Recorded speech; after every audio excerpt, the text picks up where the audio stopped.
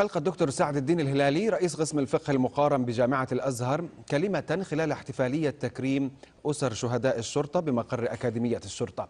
وخلال الكلمة وصف المشير عبد الفتاح السيسي ووزير الداخلية محمد إبراهيم بأنهما رسولان من عند الله مثلهم مثل موسى وهارون عليهما السلام. وما كان لأحد أن يتخيل أن سنة الله تتكرر ويأتي من يقول لا إسلام إلا ما نمليه عليكم ولا دين إلا ما نعرفه لكم، ويقيد الله للمصريين من يقف في مواجهتهم لكي يحقق أن يكون الدين لله كما أمر الله.